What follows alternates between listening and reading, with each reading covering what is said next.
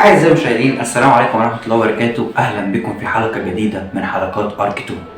عايزك تجهز الفشار الجميل وتطفي النور عشان هاخدك في رحلة لأمريكا، حيث العمارة الحديثة، حيث مبنى كرايزلر وبرج التجارة العالمي.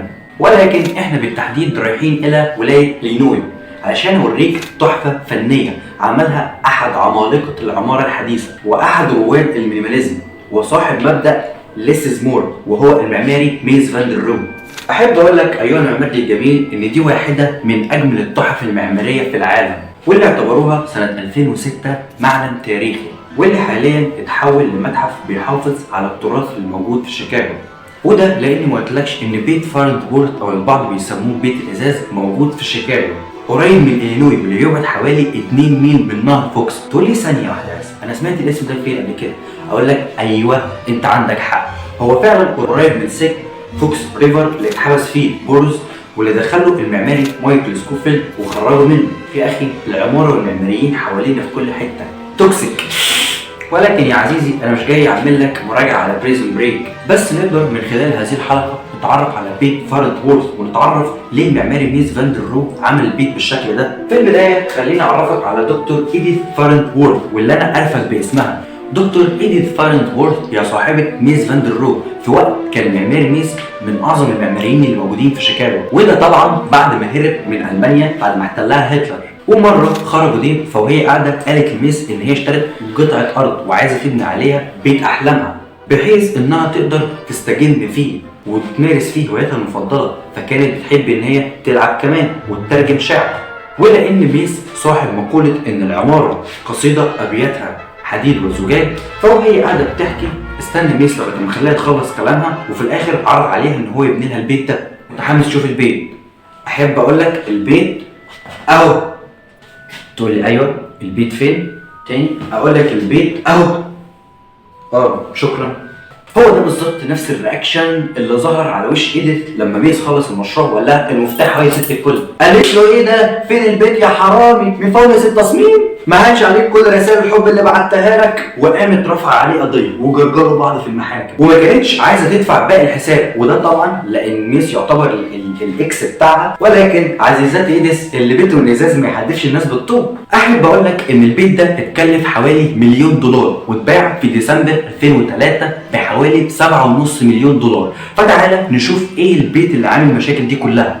في سنة 1951 ميس خلص البيت وعرضه على إيديث بالكامل، وهو عبارة عن بيت سنجل فيلا، وهو بيتكون من أوضة واحدة وحمام واحد ومطبخ. وهنا المعماري ميز فان در روه بما انه في فترة ما بعد الثورة الصناعية واللي كانت في القرن ال19 فقرر انه يعمل البيت بالكامل من ستيل وإزاز. وبما ان الكلاينت بتاعه محب للطبيعه فقرر انه يدي امبريشن للي قاعد جوه كانه قاعد بره بالظبط، وهنا هو حقق اقصى درجه من الامتزاج بالطبيعه. الراجل ده عشان يخلي البيت بالكامل حواليه مناطق خضراء فقرر انه يخلي فيه مناطق خضراء تحت البيت كمان، وقام رافع المبنى كله على السلالم بارتفاع حوالي متر. وهنا قرر ميس ان هو يستخدم سلالم فردة. وعشان نفهم يعني ايه السلالم الفردة دي، فهنا السلمه بتاعتك النايمه بتكون موجوده، وبيجي القايمه بتكون حته صغيره وبيرجع بيها لورا شويه، وهنا هو خفى القايمه تماما. وده بالظبط هو فكره السلم ابو فرده. تقول لي هي الفرده دي مرات الفهد؟ قد اجدها نقطه لطيفه شويه ولكن ما تقولهاش تاني. وهو كده حافظ على عنصر النبات تحت البيت كمان. تقول لي طب وفين انابيب الصرف وانابيب التغذيه؟ الست دي ما بتلبيش نداء الطبيعه ولا ايه؟ هقول لك تعالى معايا، هننزل ناخد بصه تحت البيت. وهنا في ظل ان المبنى بالكامل مرفوع على اعمده ستيل هنلاقي فيه بايب كبيره شويه، ودي متوصله بالجزء بتاع الحمام والمطبخ. ده غير ان احنا قريبين من نهر فوكس والمعرض ان يحصل له فيضان في اي وقت، فدي كانت احد الاسباب اللي خلت المبنى مرفوع على الاعمده بالكامل. قدر بحوالي 18 عمود وهما اللي بيكونوا المبنى.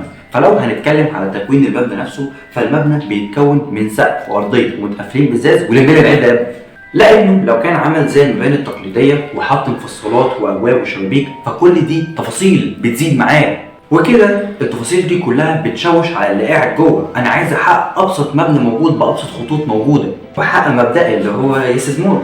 ولكن بالرغم من الجمال ده الا ان هناك مشكله بسيطه شويه، وهي التهويه جوه المبنى. فما اعتقدش ان المبنى ده ممكن ياخد شهاده الليد، لانه هيعتمد على التكييفات للتهويه الداخليه. ولكن مين هيبقى عنده البيت في وسط الطبيعه دي كلها ويسيبه يقعد جوه اصلا؟ في النهايه ايها المعماري الجميل، احب اقول لك ان فكره المبنى ده ما طلعتش في يوم ولا اتنين، بالعكس هي ناتج فكره واتطور عليها كتير لغايه ما وصل للشكل اللي بقى قدامنا ده. وهنا في مقولة بتقول perfectionism is the enemy of productivity، واللي معناها ان المثالية عدو الانتاجية. التركيز على المثالية دايما هو اكبر غلط ممكن يعطلك ويخليك تيأس. المثالية زي الحرامي اللي بيسرق منك فرحتك وثقتك وقدرتك على الانجاز، بيسرق منك شغفك، بيسرق السلام الداخلي والتصالح مع النفس وقبولك لنفسك، وبيخليك شايل هم الدنيا ويخليك ضعيف مش قادر تعمل اي حاجة. باختصار لو ما تخلصش من مقولة الكل او اللا شيء، فكل اللي هتحققه لا شيء. اسمح لنفسك تعمل الحاجات دي بشكل مش مثالي، بشكل غير كامل وبشكل ناقص وبشكل غير دقيق. تركيزك على الكمالية في تحقيق كل خطوة في حياتك هيخليك تتجنن وتحس دايما it is not good enough. فاسمح لنفسك بالتجربة، واسمح لنفسك بالفشل، واسمح لنفسك تشوف الحلقات اللي فاتت وتشوف الحلقات الجاية عشان تعمل تغذية بصرية.